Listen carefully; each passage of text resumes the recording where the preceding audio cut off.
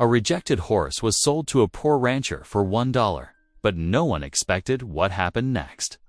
On a dusty auction yard, laughter filled the air as a broken, swave-backed horse was sold for pennies. Folks thought it was worthless, but out. On a failing ranch, with nothing left to lose, one man and a young girl discovered the animal wasn't useless at all. It carried a secret gift that could save their very lives. Yet when the banker circled like a vulture and rustlers struck under the cover of night, the fight for survival became a battle of faith, family, and redemption. This horse, cast aside by everyone, would soon become the key to justice, to hope, and maybe even to a miracle. But when the final showdown comes and everything hangs in the balance, can a poor rancher and a rejected horse prove their true worth before it's too late? Comment below and tell me where in the world you're joining from. And if this story made you pause for a moment, hit that subscribe button for more. The late afternoon sun casts long shadows across the county auction yard as dust swirled between the feet of restless cattle and horses. Martin Grant stood at the back of the crowd, his weathered hat pulled low over his eyes. The sound of laughter and friendly banter filled the air, but he remained apart, watching silently as his neighbors bid on prime stock he couldn't afford. Next up, folks, the auctioneer called out, his voice carrying over the bustling yard. Last lot of the day, two ranch hands led forward a sorry-looking gelding, its coat dull and patchy, ribs showing beneath a sway-backed spine that dipped like a worn saddle. Snickers rippled through the crowd. Martin noticed several children, including Tom Wheeler's boys, scooping up pebbles from the dirt. His jaw tightened as the first stone struck the horse's flank, causing the animal to sidestep with surprising grace despite its condition. Now, the auctioneer said, trying to drum up interest. This here horse might not be much to look at, but ain't much of anything. Someone called out, drawing loud guffaws from the crowd. Martin studied the horse more closely. Beyond the obvious signs of neglect, he noticed the intelligent gleam in the animal's eye, the way it held itself with quiet dignity despite the jeers. The gelding's legs were straight and clean, free from the swelling that would indicate serious problems. "Do I hear $5? The auctioneer called hopefully. Silence answered him, broken only by more laughter. $2. Still nothing. Folks, surely someone can use this animal for something. Martin's hand rose before he could think better of it. $1, he said, his voice quiet but clear. The crowd turned to stare at him. He saw pity in some faces, mockery in others. Preston Tucker, whose cattle ranch sprawled across the best grazing land in the county, didn't bother hiding his smirk. "Fitting match," Tucker drawled. Broke-down horse for a broke-down ranch. More laughter followed, but Martin kept his eyes on the auctioneer, who looked relieved to be rid of the animal. Sold to Martin Grant for $1. As Martin stepped forward to pay his single dollar and take the rope, he heard the whispers trailing behind him. Poor fool, that Grant's lost his sense since Sarah passed. Waste of $1, if you ask me. The horse followed Martin willingly enough as they started down the rutted road leading out of town. The sun was sinking toward the horizon, painting the sky in shades of orange and purple.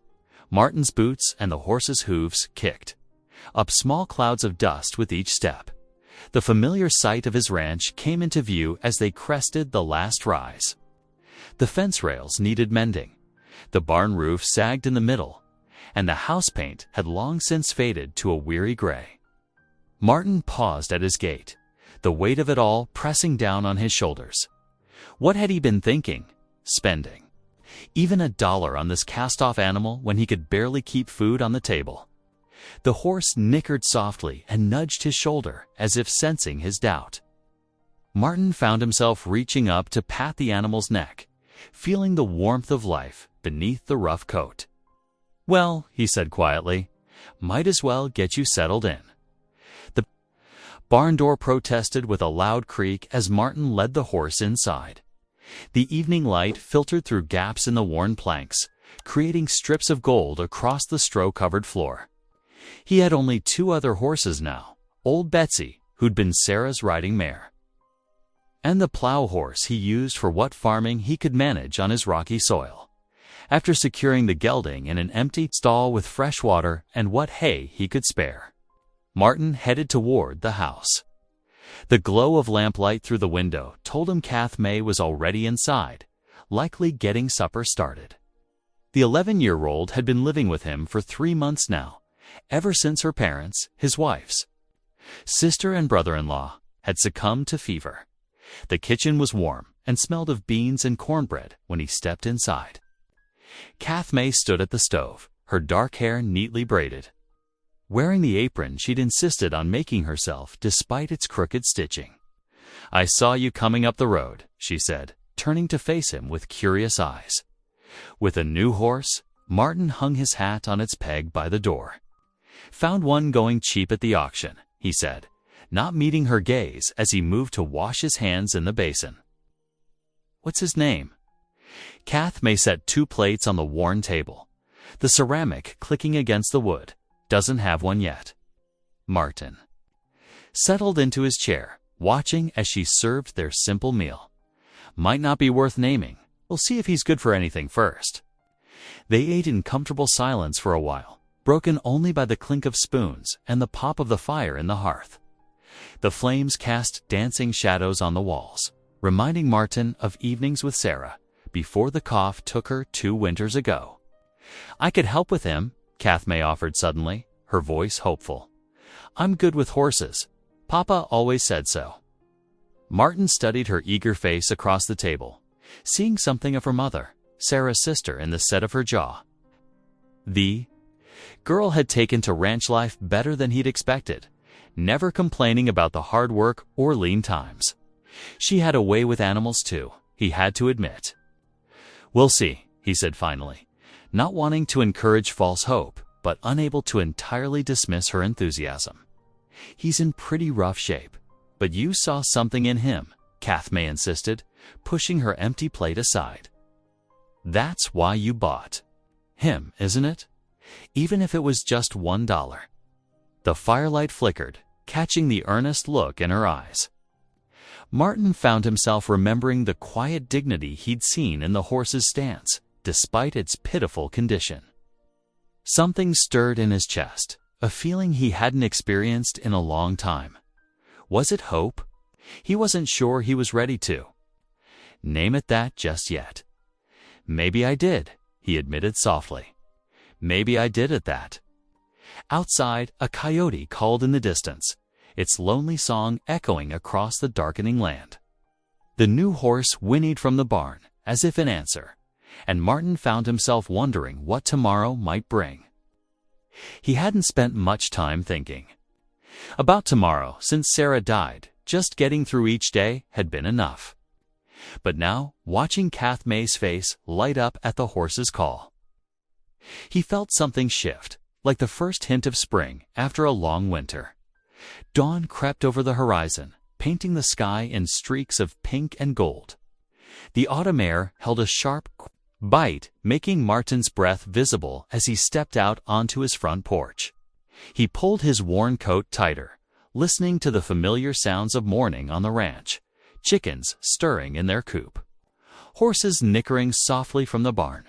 The rickety porch steps creaked under his boots as he made his way to the chicken coop. Inside the house, he knew Kath May would be starting breakfast, probably humming one of those hymns she loved so much. The girl had a way of making even the dreariest mornings feel a bit brighter. Martin scattered feed for the chickens, watching them scratch and peck at the ground. His mind wandered to the new horse in the barn, wondering if he'd made a fool's mistake spending even $1 on such a broken-down animal. Lost in thought, he didn't notice Kath May's absence from the kitchen window where she usually waved to him during morning chores. Instead, she had slipped out the back door, clutching something in her apron pocket. Martin caught sight of her, heading toward the barn, her dark braids swinging with each determined step. He frowned, about to call out, but curiosity held his tongue. tongue. Through the barn's open door, he watched as Kath May approached the new horse's stall. The morning light filtering through the gaps in the barn boards caught the dust motes dancing around her. She moved slowly, deliberately, one hand reaching into her pocket to produce a red apple, one of the few they had left from last week's trade with the general store. "Morning," she said softly to the horse. "I brought you something." Martin expected the gelding to shy away, as most ill-treated horses would. But to his surprise, the animal lowered its head, stretching its neck toward Kath May's outstretched hand. The horse's breath made warm clouds in the chilly air as it sniffed at the apple, then took it gently from her palm. Something in Martin's chest tightened at the sight. The horse's eyes, which had seemed dull and lifeless at the auction, now held a spark of interest as Kath May spoke quietly to it, running her free hand along its neck. He must have shifted his weight, causing a floorboard to creak, because Kath May turned suddenly. "Oh, Uncle Martin, I'm sorry about the apple. I just thought, it's all right," he said, surprising himself. He stepped into the barn, studying the horse with new eyes. "Seems he's taken to you." Kath May's face brightened. "He's gentle, not mean like everyone said." Martin nodded slowly. Then went to fetch his old saddle. Might as well see what the horse could do, now that it had eaten. But as he approached with the saddle, the gelding's earlier grace disappeared, though it stood quietly for saddling the moment Martin added his weight. The animal's limp became pronounced, its whole body tensing with discomfort. Frustration burned in Martin's throat as he quickly dismounted, another useless mouth to feed, just as the auction crowd had said. He yanked the saddle off with more force than necessary, making the horse flinch. "Uncle Martin," Kath May's voice was soft but steady. "Maybe he just needs time to get stronger." Before he could respond, she had picked up a curry comb and was running it gently over the horse's patchy coat. The gelding's head dropped lower, eyes half closing as she worked. She started humming Amazing Grace, he realized, and the horse's ears twitched forward as if listening. "I've got to check the fence lines," Martin said gruffly, turning away from the scene. He couldn't afford to get caught up in false hope, not with things as bad as they were.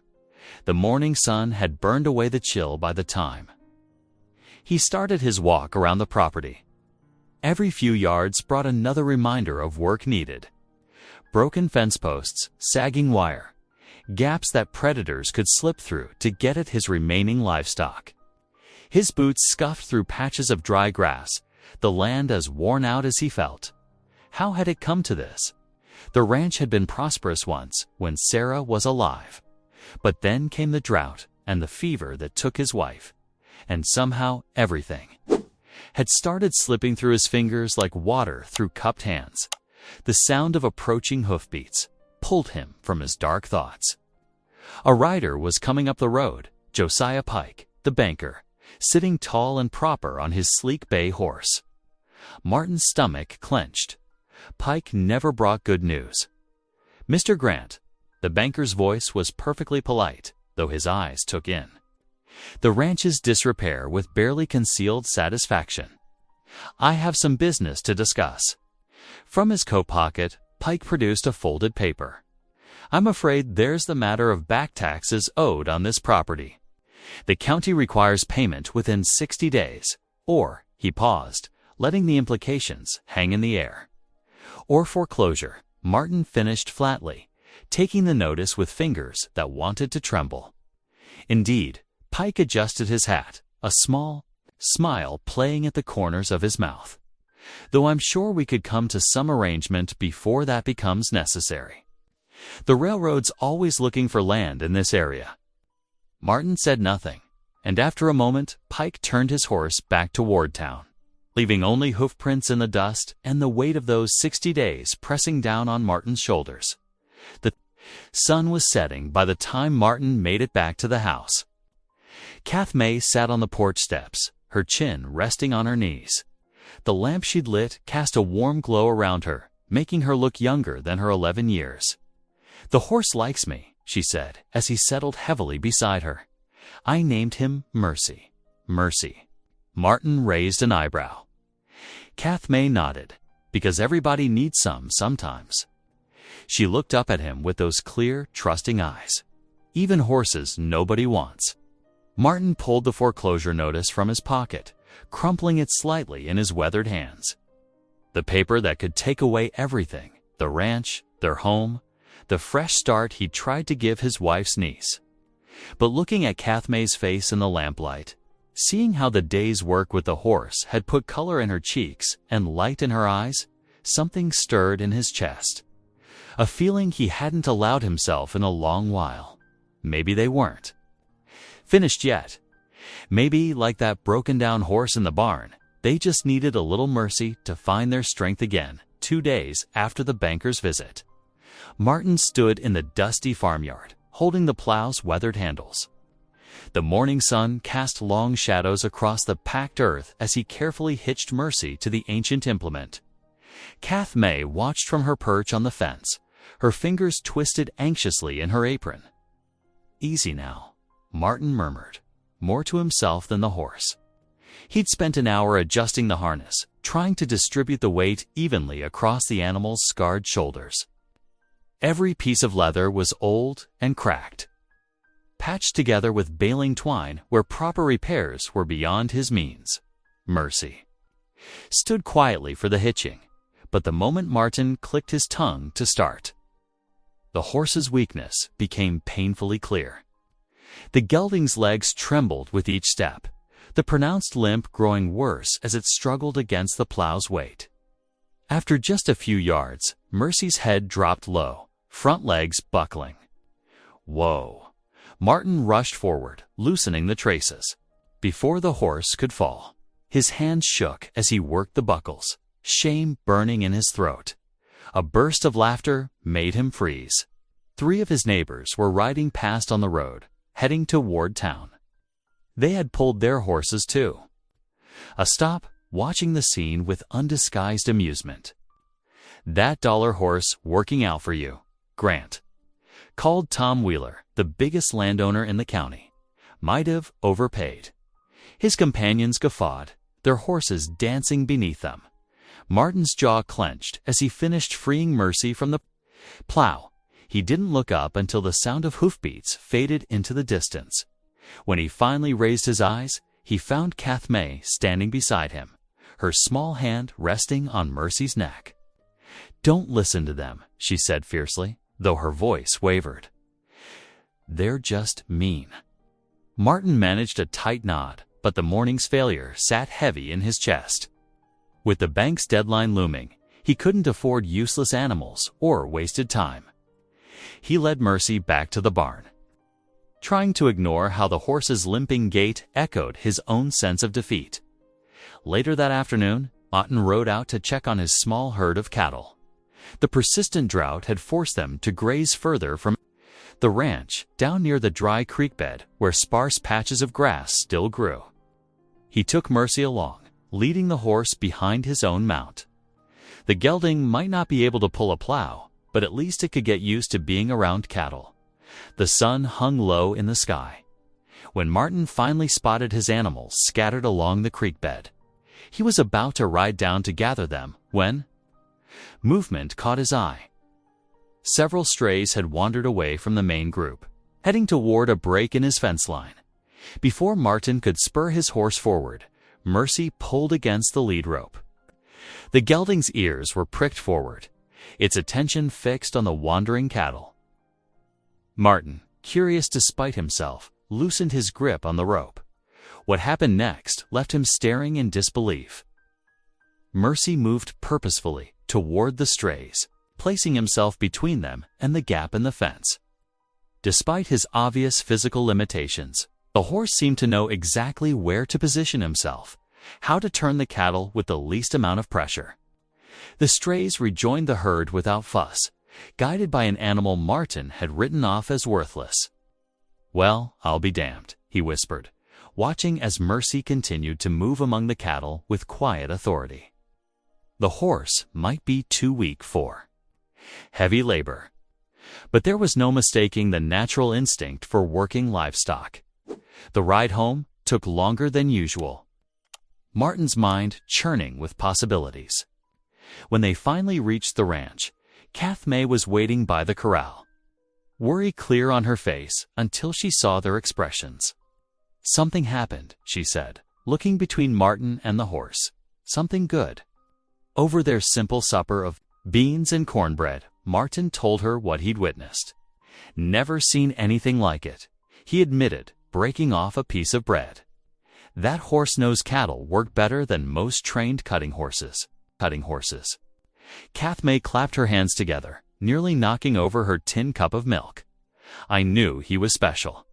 Can we try working the whole herd tomorrow?" Martin considered it carefully. The horse's weakness couldn't be ignored, but maybe, with care and patience, we'll start small, he decided. Just a few head at first. The next day dawned clear and cool. They began with 5 cows. Martin mounted on his regular horse while Kath May led Mercy from the ground. The gelding's limp was still pronounced, but he seemed to come alive around the cattle, positioning himself precisely where needed to turn or stop an animal. "Look," Kath May called out as Mercy gently guided a stubborn heifer back to ward. "The others, he barely has to move to make them listen." Martin nodded, hope taking cautious root in his chest. A horse that could work cattle this well was valuable, regardless of its other limitations. With careful management of both the horse and his small herd, maybe he could build things back up enough to pay what he owed the bank. Sunday morning found them on the road to town, dressed in their church clothes.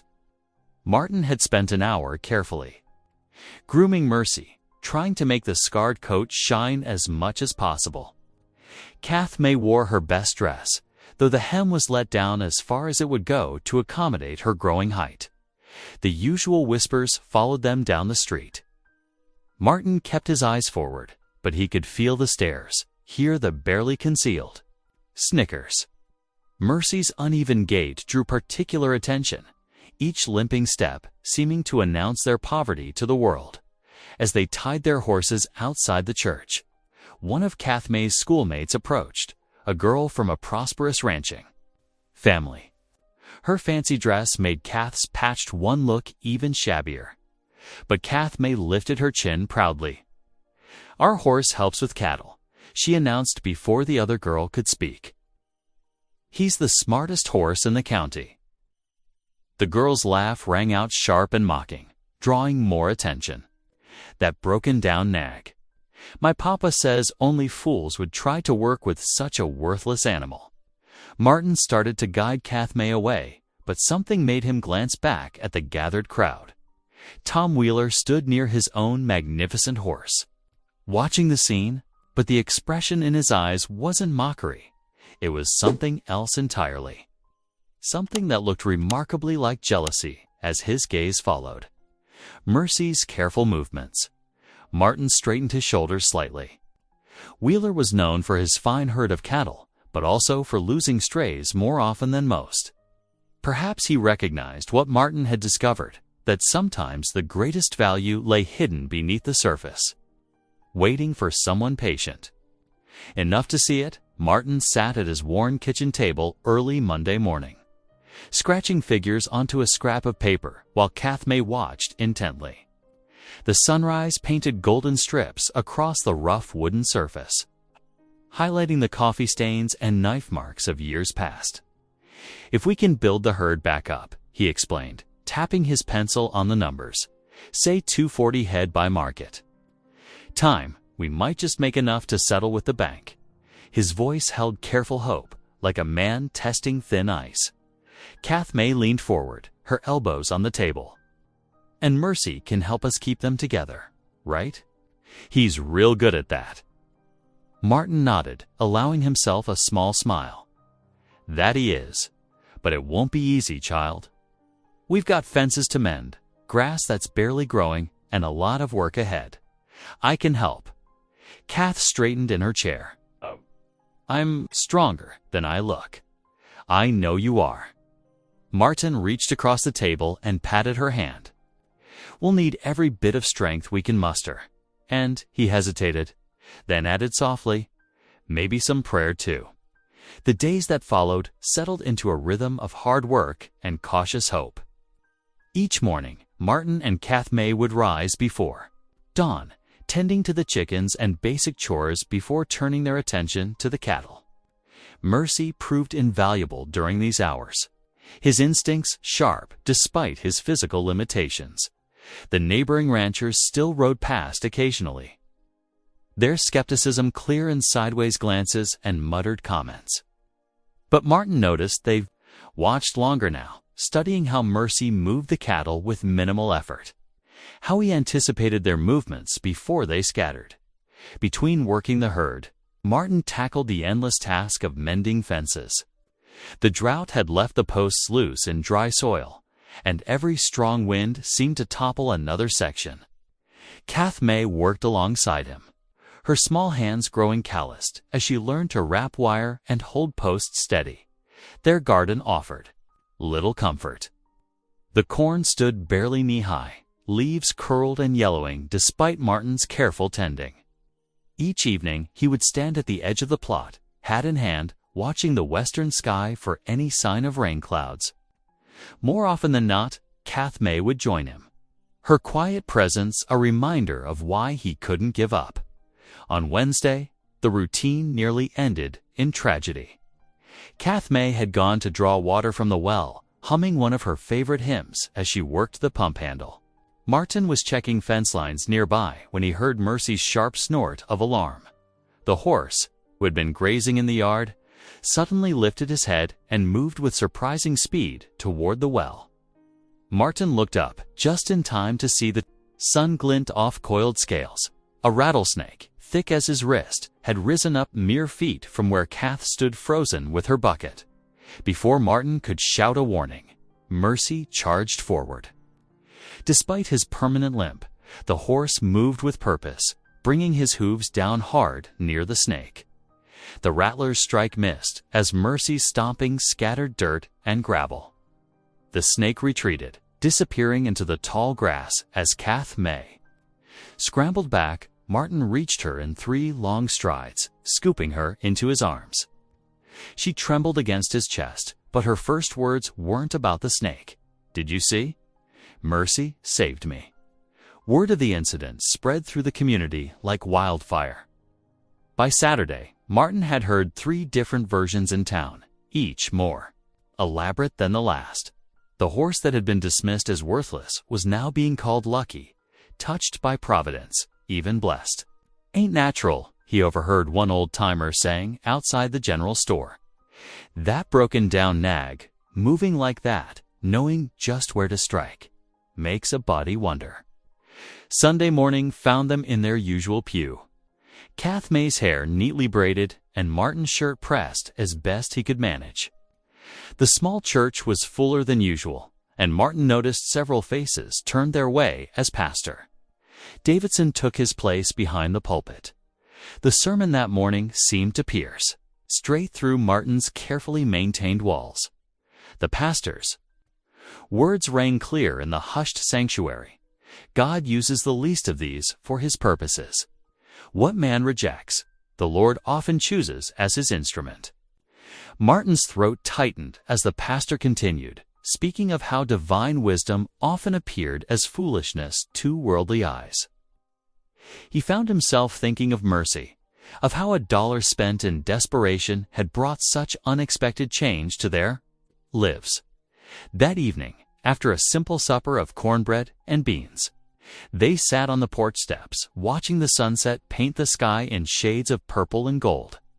Kath May had found a stick and was drawing in the dirt at their feet, her tongue caught between her teeth in concentration. "What are you sketching there?"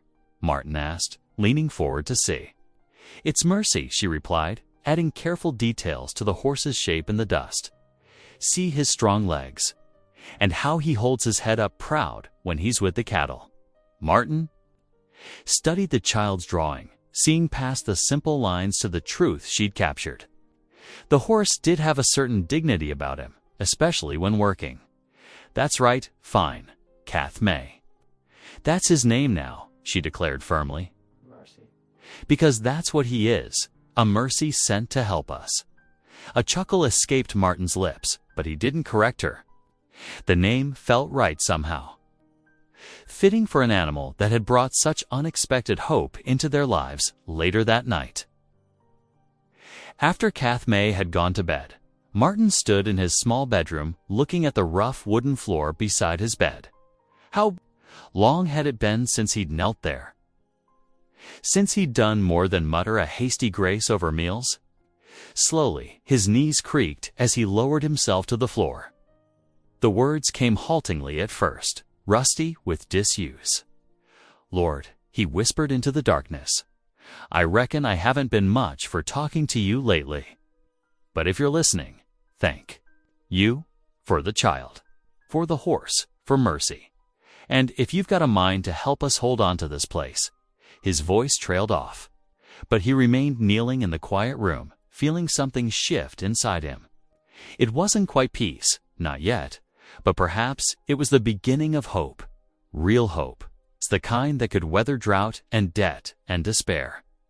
Through the thin walls, he could hear Kath May's soft breathing in the next room, and from the barn came the occasional stamp of Mercy's hoof.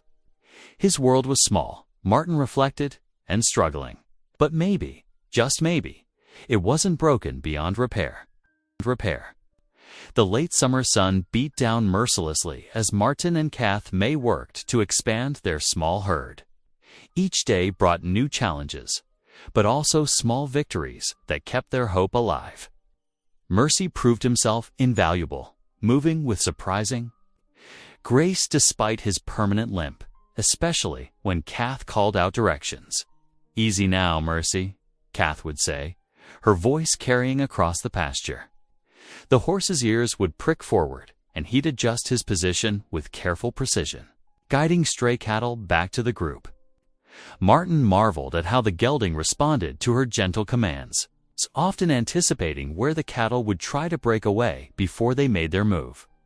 During one particularly trying afternoon, when 3 stubborn heifers kept pushing toward a gap in the fence line, Mercy demonstrated why he'd earned his keep. Without prompting, he positioned himself to block their escape, using his body to guide them back toward the herd. The movement was so smooth, so practiced, that Martin found himself shaking his head in wonder. "That horse of yours has got sense," called out Tom Wesley, a neighboring rancher who'd stopped his wagon to watch. It wasn't exactly praise, but it wasn't the usual mockery either. Martin noticed more of these moments lately, sideways glances of consideration rather than contempt. Quiet nods instead of snickers. Their weekly trips to town gradually shifted too. Martin would load what they could spare, hides from there. Occasional hunting and milk from there to dairy cows, into the wagon for trading at the general store. The clerk, Old Man Phillips, kept his ledger with sharp eyes and a sharper tongue. One Saturday morning, as Martin laid out 3 prime hides on the counter, Phillips adjusted his spectacles and grumbled. "Didn't think you'd last this long, Grant?" He paused, scratching figures in his book. "Reckon that horse of yours ain't as worthless as we figured." Martin carefully kept his expression neutral, but warmth spread through his chest. "Reckon not," he replied simply, accepting the store credit Phillips offered. It wasn't much, but it was more than they'd had before. The real surprise came one evening as dusk painted the sky in shades of purple and gold. Martin and Kath were finishing up the evening chores when they spotted riders approaching Nantan and his family, their Apache neighbors from the North Valley. Kath May waved excitedly as they drew near. The visitors dismounted, and Nantan's wife Swift Deer presented a bundle wrapped in clean cloth. The rich smell of dried venison filled the air as she unwrapped it.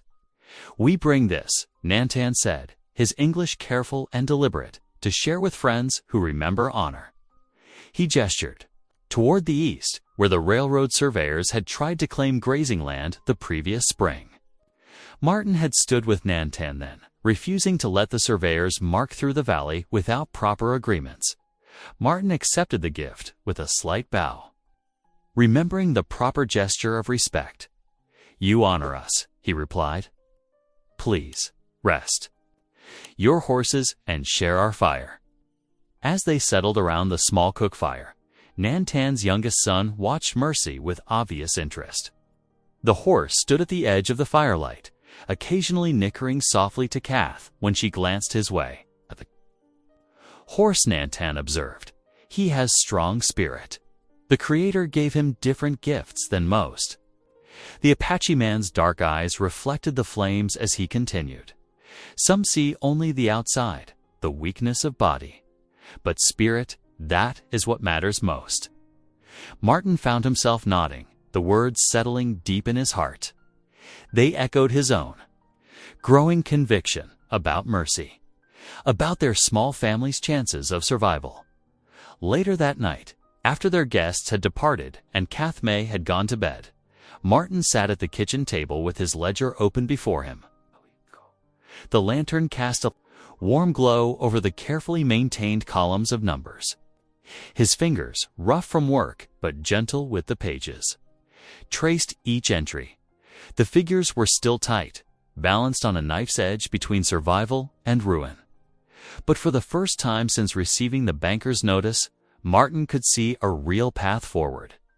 If they could maintain the herd's growth, if the remaining cattle stayed healthy, if they could make it to market before winter, they might actually have enough to pay the back taxes. The thought was both thrilling and terrifying. Martin had learned the hard way not to trust in hope too easily. Life had a way of interrupting the best-laid plans. Still, he couldn't deny the evidence before him. They were closer to saving the ranch than he'd dreamed possible when he'd spent that single dollar at the auction. The next afternoon, as autumn's first cool breeze rustled through the cottonwoods, Martin and Kath rode toward home. Mercy moved, with quiet confidence, leading the small herd of cattle through familiar paths. The gelding's stride, though still marked by his limp, had grown stronger over the weeks of work. Kath May sat straight in her saddle, her face glowing with pride as she watched the cattle follow Mercy's lead. Without warning, she began to sing, her clear voice carrying the hymn she'd learned at Sunday service, "Amazing Grace." How sweet the sound that saved a wretch like me. The simple melody floated across the pastoral scene, mixing with the low murmur of cattle and the rhythmic creaking of saddle leather. Martin found himself smiling, really smiling, as Kath's voice rose to the next verse. When was the last time laughter had echoed from their porch? When had music last filled these pastures? Mercy's ears swiveled back at the sound, and the horse seemed to step a little lighter, as if sharing in their joy. The setting sun painted everything in shades of gold, transforming their small piece of earth into something precious and full of promise. As they approached the ranch house, Martin realized something had shifted inside him, as subtle but significant as the changing of seasons. The weight of despair that had pressed down on him for so long had lifted just enough to let him breathe, to let him believe that maybe, just maybe, God hadn't forgotten them after all. The crisp October morning painted frost across the fence posts as Martin checked his figures one more time. The kitchen table, worn smooth by years of use, held his hopes in the form of carefully penciled numbers. Word had spread through town that cattle buyers would arrive before month's end, bringing the promise of fair prices that could save everything he and Kath had worked for. Martin's rough fingers traced each column, double-checking his math. If the market held steady, and if they could get all 37 head to sale, he allowed himself a small smile. It would be enough to cover the back taxes and keep the ranch. Just barely, but enough. Outside, Kath May's clear voice drifted through the window. She was talking to Mercy as she worked, telling him stories while she oiled the worn leather tacks spread across the wooden sawhorse. The old gelding stood nearby, occasionally reaching over to nudge her shoulder with his soft muzzle, making her giggle. "Now stop that," she scolded without heat. "You'll make me spill the oil." but her eyes sparkled as she reached up to scratch behind his ears. The horse's contentment showed in his half-closed eyes and drooping lower lip. Martin stepped out onto the porch, breathing in the sharp autumn air. The sight of them together still amazed him, the cast-off horse and the orphaned girl, each healing the other's lonely heart. Who would have thought $1 at auction could buy such a change? "How's the tack coming along?" he called. Kath held up a bridle, its leather gleaming. "Almost done." "Mercy's been helping." She grinned as the horse lipped at her hair. "I can." "See that?" Martin chuckled. "Best get cleaned up soon. We need to head to town for the church supper." The social hall buzzed with conversation when they arrived. Tables laden with steaming dishes brought by families from miles around. Martin nodded to neighbors as they found seats, noting how some now returned his greeting instead of looking away. Amazing what a few months of proving yourself could do. While Kath ran off to join other children playing tag outside, Martin helped himself to Betty Wilson's famous beef stew. He had just settled at a corner table when voices from behind caught his attention. "Pike's already got plans for that spread," someone muttered. "Figures Grant won't make the payment." "Heard he's talking to railroadmen about resale," another voice added. "Just waiting for foreclosure." Martin's hands clenched around his spoon, knuckles white with suppressed anger. So Banker Pike was already counting on his failure, planning to sell his family's land before he had even missed the payment. The stew turned bitter in his mouth. A small hand slipped into his, and he looked up to find Kath beside him, her face concerned. "You're wearing your worried look again," she said softly. Martin tried to smooth his expression. "Just thinking, little one." She squeezed his fingers.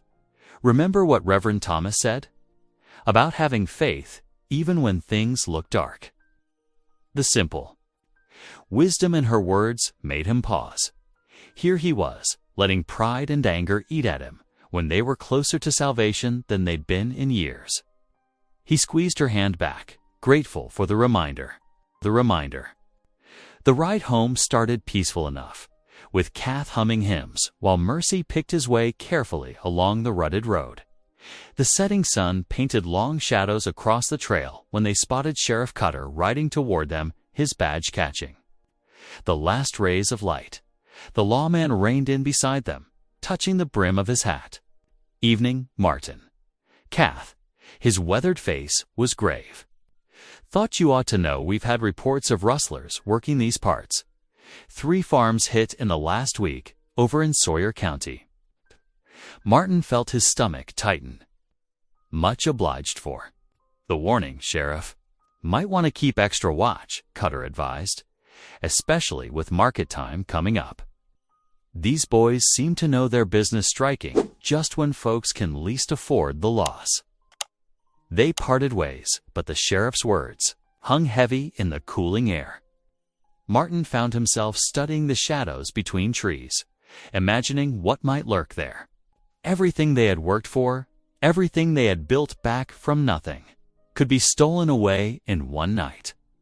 That evening, after Kath had gone to bed, Martin sat at his workbench in the barn. The steady rhythm of the whetstone against steel filled the quiet as he sharpened tools by lamplight. The familiar motion helped calm his mind.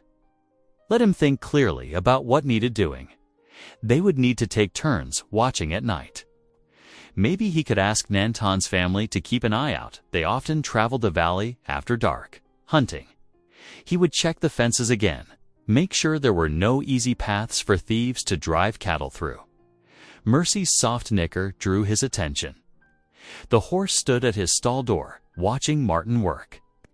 Kath had snuck him an extra apple after supper. Martin had pretended not to notice. And now the gelding's eyes held that same gentle awareness that had first surprised them all. "Got a lot riding on you, old boy," Martin murmured, setting down the whetstone. He crossed to the stall, running a hand along the horse's scarred neck. "You can just help us get these cattle to market, healthy and whole. You'll be more than I ever dreamed when I raised that dollar at auction." Mercy leaned into his touch, blowing warm breath against Martin's chest. Outside, a coyote called from the distant hills, and a cold wind rattled the barn boards. Martin pulled his coat tighter, feeling the first real bite of autumn in the air. Morning would bring frost again, he could smell it coming.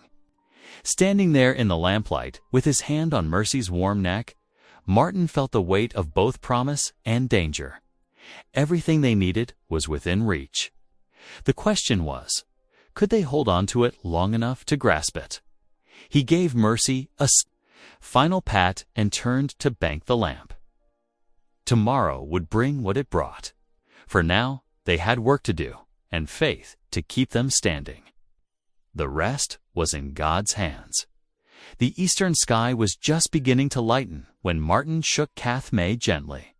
Awake. Dawn painted the horizon in streaks of pink and gold, promising clear weather for their journey. The autumn air held a sharp bite that made their breath visible in small clouds. "Time to get moving, little one," Martin said softly, helping her. "Roll up her blanket. Got a long day ahead."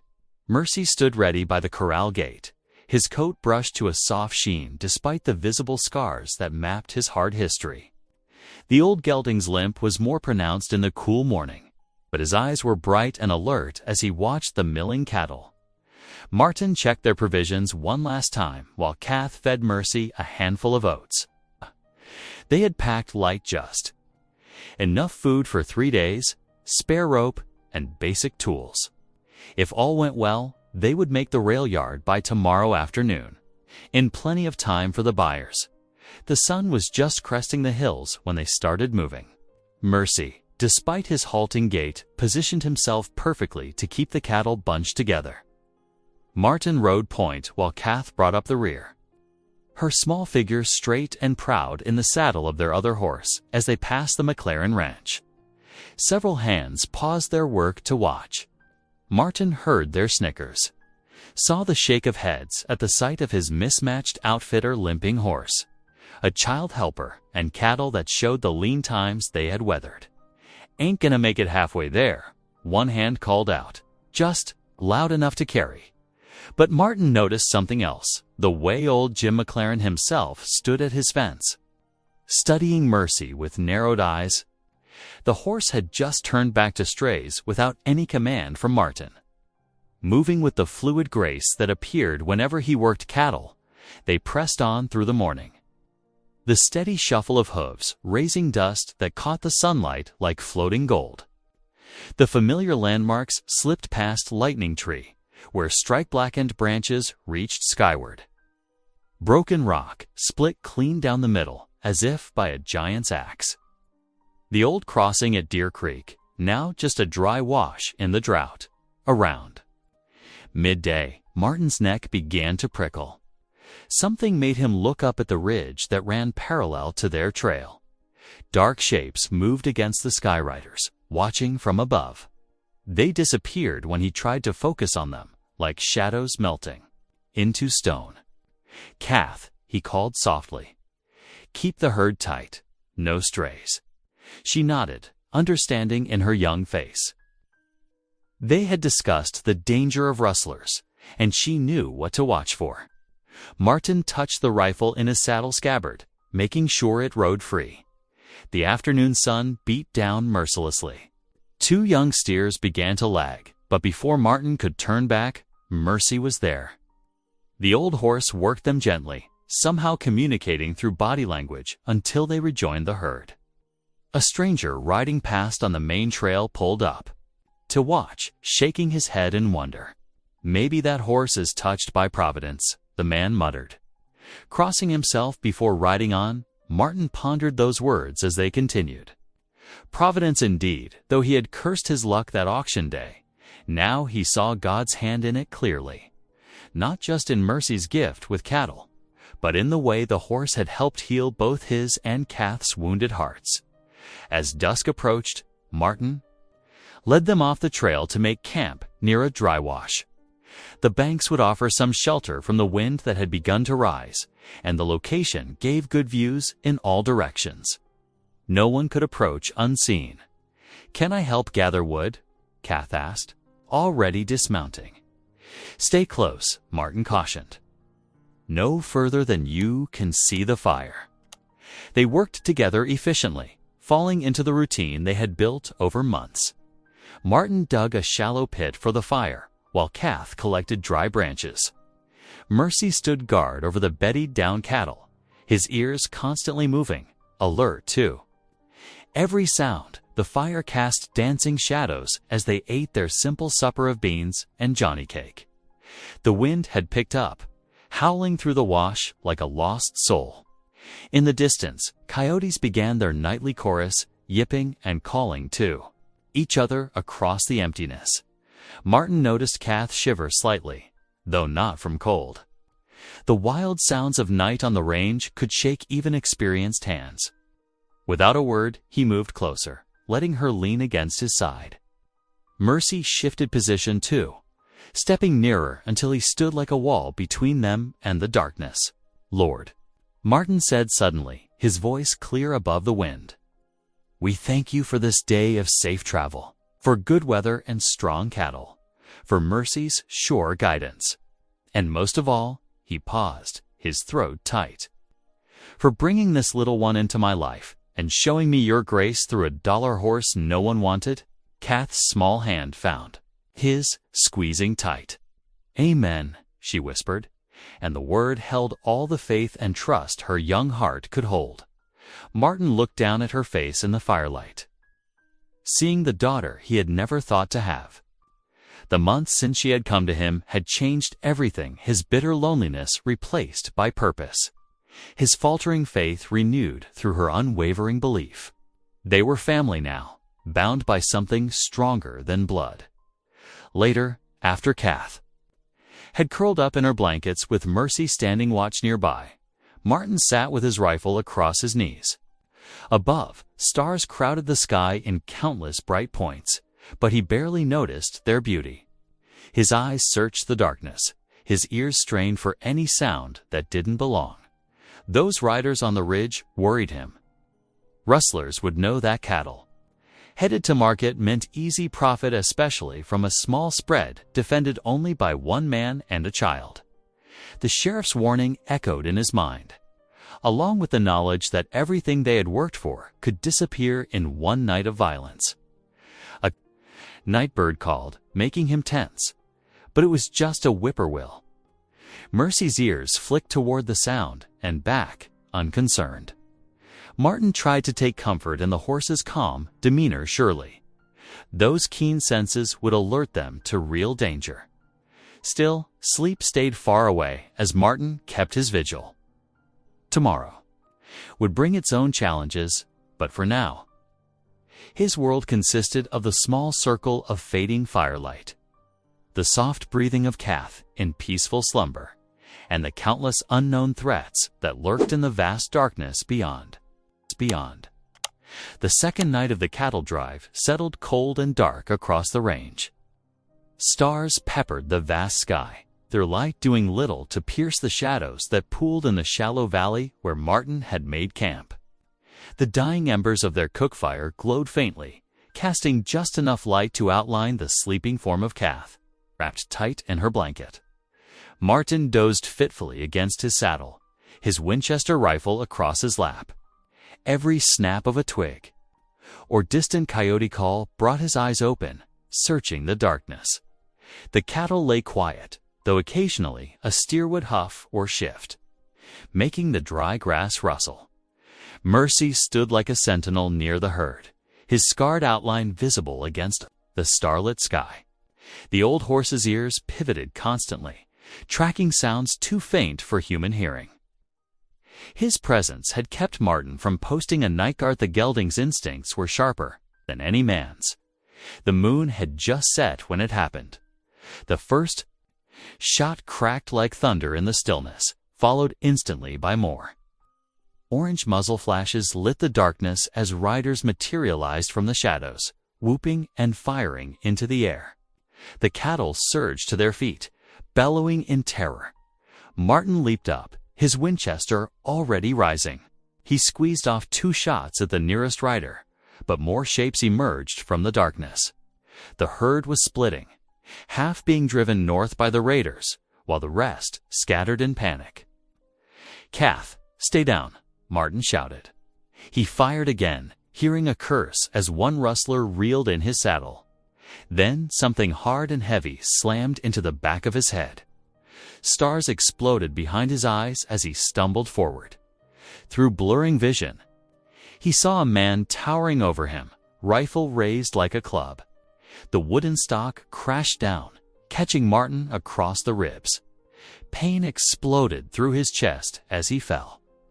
Another blow found his face, and warm blood filled his mouth. Kath's scream cut through the chaos. "Martin, no." Mercy's fierce whinny answered her cry. The horse reared up, steel-shod hooves slashing the air as he charged toward the rustlers. His unexpected attack scattered several riders, buying precious seconds. But it wasn't enough. The raiders had already cut out half the herd, driving them hard toward the north. Gunshots continued to crack through the night, keeping the remaining cattle wild with fear. Martin tried to rise, but collapsed, his ribs screaming in protest. The sounds of hooves and shooting gradually faded into the distance. Dawn crept slowly across the sky, revealing the devastation. Half their cattle were gone, their tracks churned deep in the earth, heading north. The remaining animals milled about nervously, still spooked from the attack. Martin lay where he had fallen, every breath burning in his chest. Blood matted his hair and ran down his face from a deep cut above his eye. He could barely move without. Waves of dizziness threatening to drag him under. Mercy's familiar limping gait approached, accompanied by Kath's quiet sobbing. The old horse had gone after her when she fled into the darkness, keeping her safe until the danger passed. Now they returned together, the girl's face streaked with tears and dust. "Martin, Martin, please." Kath knelt beside him, her small hands trembling as she touched his shoulder. Mercy lowered his head, nudging Martin gently. The horse's own limp was worse, suggesting he had taken some injury during his charge at the raiders. But his eyes were alert and worried as he watched his fallen master. Together, horse and girl managed to drag Martin back to what remained of their camp. Every movement was agony, but they persisted. Kath tore strips from her spare shirt to make bandages while Mercy stood guard, ensuring no raiders returned. "Hold still," Kath whispered, dabbing at Martin's face with a wet cloth. Tears fell on his chest as she worked. "Please hold still." The water was cool against his skin, but it couldn't wash away the bitter taste of defeat. Everything they had worked for, all their hopes of paying the bank and saving the ranch, had been scattered like dust in the wind. They had lost too many cattle to make the market price now. "It's over, Kath."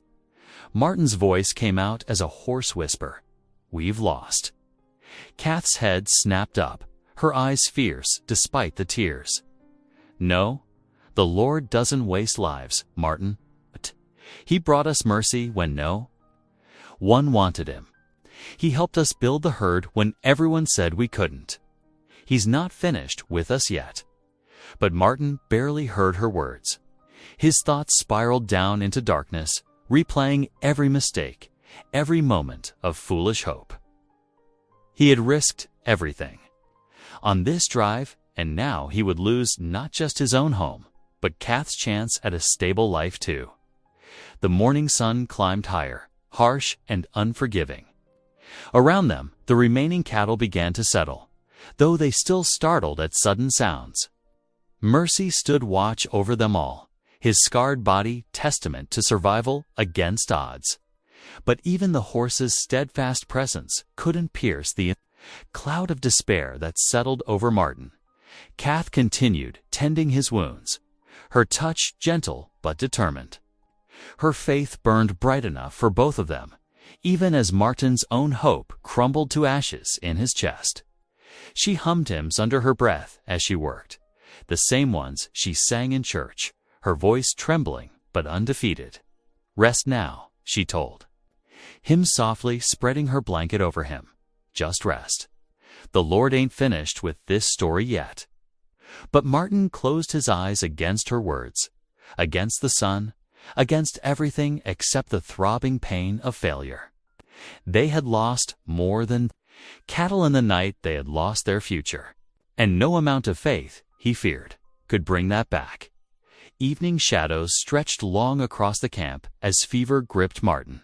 Every breath sent daggers of pain through his ribs, and his face burned where the rifle stock had struck.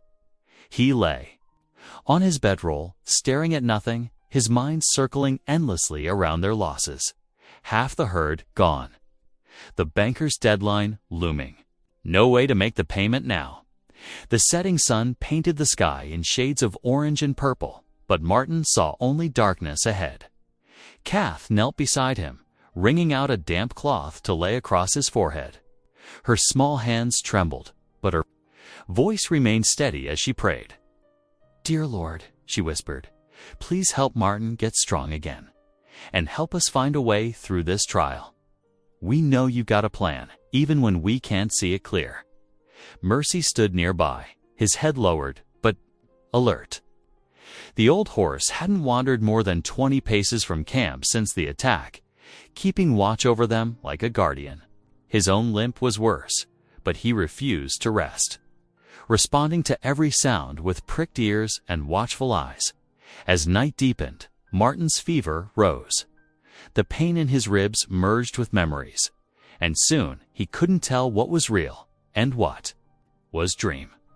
In his fevered state, he saw Sarah, his wife, standing at their cabin door as she had so many times before the fever took her. Her face was clear in the lamplight, her eyes gentle but firm. "Martin Grant," she said, using the tone that had always made him smile, "since when do you lay down and quit?" He tried to answer, to explain about the rustlers and the lost cattle, but she shook her head. "That little girl needs you," Sarah's voice continued. "The Lord didn't bring her to you just to watch you give up." Vision faded as Martin stirred, his eyes opening to find Kath gone from his side. Panic fluttered in his chest until he heard the familiar clip-clop of Mercy's hooves. The horse was pacing, agitated by Kath's absence. Minutes stretched like hours until finally, Mercy's ears pricked forward. The sound of approaching horses made Martin struggle to sit up, but his ribs screamed in protest. Before fear could take hold, he heard Kath's voice, accompanied by others speaking softly in Apache. Through the gathering darkness came Nanton and his family. Led by Kath, the Apache patriarch's wife carried a bundle of herbs while his son brought extra blankets. Their daughter carried a clay pot that steamed in the cool evening air. "Lie still," Martin Grant, Nantan's wife, said, kneeling beside him. She began crushing herbs between smooth river stones, her movements precise and practiced. "Your body needs rest to heal." Nantan himself sat cross-legged nearby, his face grave in the firelight. "The girl found us at the water.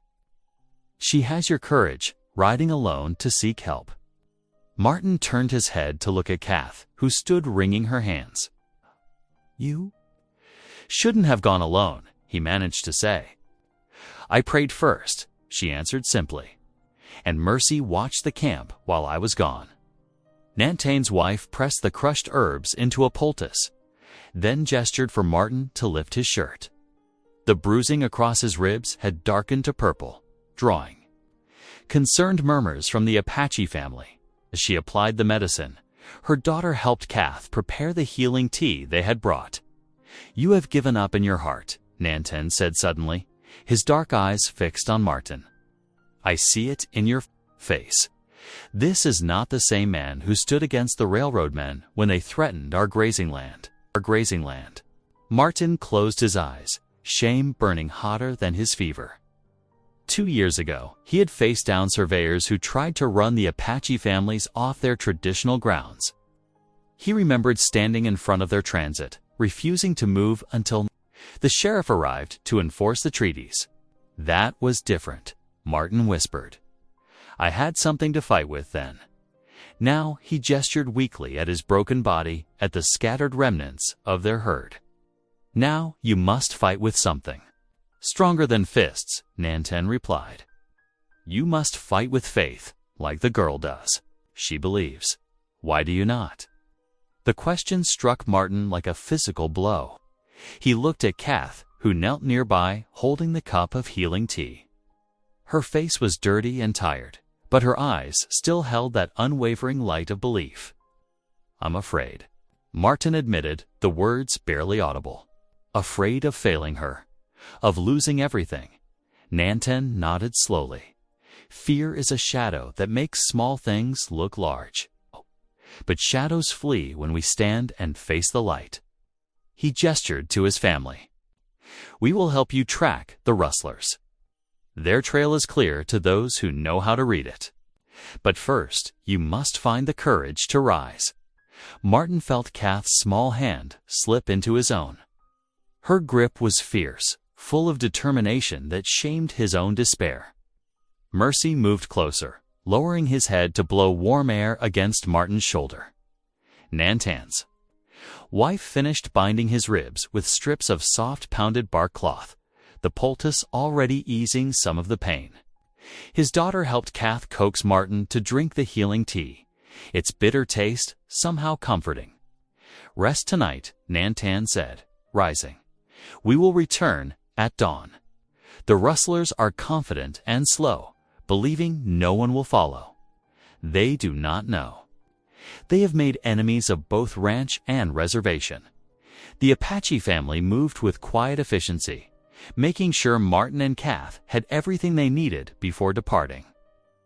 Their presence had changed something in the camp, driving back the shadows of defeat that had gathered so thick before. Under the star-filled sky, Martin drew a deep breath. Pain flared in his ribs, but it felt cleaner now, more like healing than hurt. With careful movements, he pushed himself up to sitting position. Kath's face lit up. You're sitting up. Reckon I am, Martin said softly. Reckon it's about time. Mercy nickered softly, as if in approval.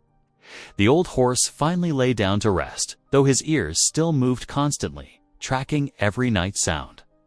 His trust and Kath's faith had drawn help when Martin had none left to give. Martin reached out to touch Kath's shoulder. I'm sorry for giving up. Your prayers were stronger than my fears. She smiled, tears glinting in her eyes. The Lord doesn't waste lives, Martin. I told you that, and he sure didn't waste yours. Looking up at the vast sky, Martin felt something shift inside him. The pain was still there, but it no longer seemed insurmountable. With Kath's hand in his, Mercy standing guard, and the promise of help with dawn, he found himself doing something he hadn't done since the attack. He began to hope. The morning sun cast long shadows across Martin's small camp as he gritted his teeth, gripping a fence post for support. 2 days of rest and Nanton's wife's herbal medicines had worked wonders, but his ribs still ached something fierce. The poultice of crushed herbs wrapped tight against his chest smelled sharp and green, like sage after rain. Easy now, Kath, cautioned, hovering nearby with worry creasing her young brow. Martin straightened slowly, testing his balance. The pain flared but didn't overwhelm him this time. He managed 3 steps, then 4, before letting out a careful breath. Reckon I can ride. Nanten, who had been watching silently, nodded with approval. The medicine has done its work. Now we must do ours. He gestured to his son and nephew, who had already mounted their horses. They carried light, just water, dried meat, and tracking supplies. Mercy stood patiently as Kath climbed into the saddle. The old horse's limp was still pronounced, but his eyes were bright and alert. Martin couldn't help but notice how the gelding seemed to place his feet more carefully when carrying Kath, as if knowing his precious cargo needed extra care. Yule. "Have to be our eyes, girl," Martin said, mounting his own horse with a wince. "Mercy knows cattle work, and you know Mercy." Kath sat straighter, pride mixing with determination on her face. "Yes, sir, we won't let you down." The small party set out northward, following tracks that Martin's untrained eye could barely see. Nantan's son, Swift Fox, rode point occasionally, dismounting to study marks in the dirt or broken vegetation. The boy couldn't be more than 16. But he read the land like Martin read his Bible. They wound through rocky draws where hoofprints showed clear in sandy patches. Swift Fox pointed out details to Kath. A freshly broken twig here, a scuffed stone there. The girl absorbed every lesson eagerly, her eyes growing sharp with new understanding. "See how grass bent this way?" Swift Fox showed her. Cattle passed. Morning of day before yesterday, still heading north. Kath leaned down from Mercy's back to study the signs. The dew was still on when they came through, she said carefully. That's why the grass got pressed flat instead of bouncing back. Swift Fox smiled, pleased with his student. "Good eye, little sister." Martin watched their interaction with quiet amazement. Here was Kath, who'd lost her own family so recently, building bridges between cultures with the simple faith of a child. She didn't see Apache and settler. She saw people, plain and simple. Just as she'd seen worth in a broken-down horse no one else wanted. By midday, the sun beat down mercilessly. They paused in the shade of a rock outcropping to rest the horses and share dried venison and water. Nantan's nephew, who had been ranging ahead, returned with news. "They grow careless," he reported. "Left campfire ashes exposed, didn't bother hiding their numbers. 8 men, at least." Martin's jaw tightened. 8 against their 5, and him still injured. But looking at his companions, Kath's unwavering faith, Mercy's steady presence, the skill and dignity of their Apache allies, he felt something stronger than fear. That evening, they made camp in a sheltered hollow. Nantane's wife had packed healing soup in a clay pot, which they heated over a small fire. As they ate, the Apache shared stories of Creator's design, how each creature had its purpose. How the smallest seed could crack the hardest stone if planted in faith. "Like Mercy," Kath said softly, stroking the horse's nose. "Everyone said he was worthless, but God knew better." Martin felt those words sink deep into his soul. How many times had he questioned God's plan? How many nights had he railed against what seemed like senseless loss? Yet here he sat, surrounded by unlikely family, following a path he never would have chosen, but that somehow felt right. They banked the fire low as stars peppered the vast desert sky. Kath curled up in her blanket near Mercy, the horse standing guard over her sleep. Martin sat awake a while longer, whispering prayers into the darkness. Not prayers of anger or desperation this time, but of gratitude and hope. Dawn painted the canyon walls gold as Swift Fox led them up a winding trail. The air grew cooler as they climbed, and Martin's breath caught, not from pain this time, but from the sight ahead. A box canyon opened below them, and in its shadows, cattle lowed in distress. Their cattle, mixed with others bearing different brands. Martin's hand moved to his gun, but Nantan caught his arm. "Patience," the Apache counseled. "We must be wise as serpents, gentle as doves." The words from Scripture, spoken by his native friend, struck Martin powerfully. Yes, they needed justice, but not revenge. There had been enough of that in his life. Kath rode Mercy close, reaching for Martin's hand. Her small fingers gripped his calloused ones fiercely. "You're not alone," she whispered. "We're family now." Martin squeezed back, throat tight with emotion. Behind them, Mercy snorted softly, ears pricked forward as if ready for whatever came next. The old horse's wounds hadn't healed any more than Martin's had, but like Martin, he stood ready to fight for what mattered. Nantan gathered them in a tight circle, speaking low. "We have found them, but the hard part comes now. We must be careful, be smart." He looked at each face in turn, ending with Martin. "Are you ready?" Martin drew a deep breath, feeling the pull of his healing ribs. The pain reminded him he was alive, that he had purpose. He looked at Kath's trusting face, at Mercy's steady presence, at these neighbors who had become kin. "Ready," he said firmly. "With God's help and yours, I'm ready." The sun climbed higher as they prepared themselves, checking weapons and positions. Below, the stolen cattle shifted restlessly in their makeshift pen. Soon they would face the rustlers who had nearly destroyed everything Martin and Kath had built. But this time, they wouldn't face them alone. The rising sun painted the canyon walls blood red as Martin and his allies took their positions. His heart thundered against his injured ribs while he studied the rustlers' camp below. 8 men sprawled around a dying fire, their horses picketed nearby. The stolen cattle milled restlessly in a makeshift pen of rope and brush.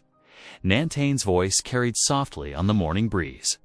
"We move like shadow until the signal." Martin nodded, checking his revolver one final time. Beside him, Kath crouched, behind a boulder, her small hand resting on Mercy's foreleg. The old horse stood perfectly still, as if sensing the gravity of what was to come. "Stay hidden," Martin whispered to Kath. "No matter what happens," she squeezed his arm. "The Lord will protect us." Swift Fox and his cousin had already disappeared into the rocks, silent as mountain lions. Nantone raised his hand, waiting for the sun to climb just a little higher. The moment stretched like pulled taffy, every breath seeming too loud in Martin's ears. The signal came with the first full rays of sunlight striking the canyon floor. Nantan's sharp whistle split the air, followed instantly by the crack of his rifle. The shot struck the ground near the sleeping rustlers, sending them scrambling for weapons. "Surrender now." Martin's voice boomed off the canyon walls. "You're surrounded." The response came in a hail of gunfire. Bullets sparked off rocks as the rustlers dove for cover. Martin returned fire carefully, mindful of his dwindling ammunition. The sharp reports echoed and multiplied in the narrow space, until it seemed like an army was exchanging shots. Through the chaos, Mercy suddenly reared up, broken free from Kath's grip. The horse charged straight into the rustlers' camp, his hooves thundering on the hard-packed earth. His unexpected appearance scattered the cattle, which burst from their flimsy pen in a bellowing wave of horns and panic. "No." K. Martin started to rise, but Nantan pulled him back down. "Watch," the Apache said, a hint of a smile touching his weathered face. Mercy wasn't running wild. He was working. Despite his pronounced limp, the old horse darted and weaved through the stampeding cattle, directing their flow like a master herder. The rustlers found themselves caught between angry steers and hidden rifles, their carefully planned defense crumbling into confusion. Swift Fox and his cousin emerged from the rocks behind the camp, their skilled movements forcing to rustlers to break cover. Martin drew a bead on the nearest man, his voice steady. "Drop your gun or die where you stand." The rustler's revolver thudded into the dust. His partner followed suit, hands rising slowly. "Caleb," one of them shouted, "it's over." But Caleb Hodge, the rustler's leader, had other ideas. He made a desperate sprint for his horse, bullets kicking up dirt at his heels. Martin watched in dismay as the outlaw swung into his saddle and spurred hard for the canyon's southern exit. "He's getting away," Kath cried. Martin's ribs screamed in protest as he mounted up, but determination drove him through the pain. "Nantan, can you handle things here?" The Apache nodded, already moving to secure the surrendering rustlers. "Go with God, my friend." Mercy appeared as if summoned, limping but eager. Martin hadn't called him, but the horse seemed to understand what was needed. They set off after Hodge's hooves, pounding a desperate rhythm on the rocky ground. The chase wound through narrow draws and over rough terrain. Hodge's fresh mount had the advantage of speed, but Mercy knew how to pick his path, saving strength where he could. Mile after mile, they slowly gained ground. Martin's injured ribs felt like fire with every stride. But he gritted his teeth and pressed on. Ahead, Hodge's horse was beginning to labor, its sides heaving with exhaustion. The outlaw drove it mercilessly, but the animal was spent. They emerged onto a high plateau where the trail ended in a sheer drop. Hodge reined in hard, his horse nearly sitting down to stop. He turned, face twisted with desperation, and drew his gun. Mercy didn't hesitate. The old horse surged forward, forcing Hodge's mount to shy sideways. The rustler lost his balance and tumbled from the saddle, his weapon spinning away across the rocks. Martin drew his revolver as Hodge scrambled to his knees. The outlaw's bravado crumbled, replaced by naked fear. "Please," he begged, "don't shoot. I've got family." Martin's finger tightened on the trigger. This man had nearly destroyed everything. The ranch, Kath's future, their last chance at making things right. The temptation to end it here burned hot in his chest. But Kath's words echoed in his mind, "The Lord will protect us." And he had.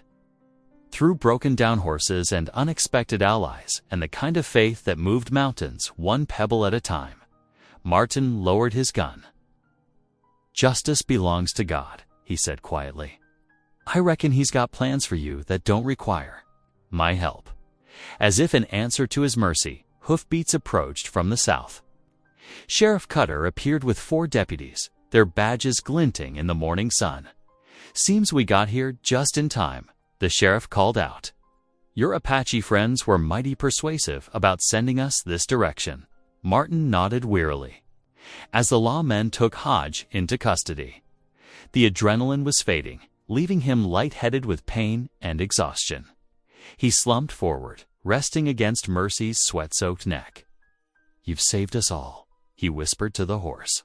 "Every last one of us." Mercy's ears flicked back at his voice, and the old horse nickered softly. They stood together on the high plateau, watching as the sheriff's posse led their prisoner away. The ride back to the canyon took longer, both horse and rider moving carefully through their pain. They found the other rustlers bound and guarded, while Nantan's family helped gather the scattered cattle. The animals were scraped and bruised from their panic, but none were lost. Kath ran to meet them, her face streaked with dust and tears of relief. "I knew you'd come back. I just knew it." Martin dismounted stiffly, drawing her close with his free arm while keeping his other hand on Mercy's reins. The old horse dropped his head to snuffle Kath's hair, making her giggle despite everything. Nantan approached, respect evident in his bearing. "You chose the better path today," he said. "The path of peace." "Had some help seeing it," Martin replied, glancing at Mercy. "Reckon when the Lord offers you mercy, you ought to pass it on." The mornings.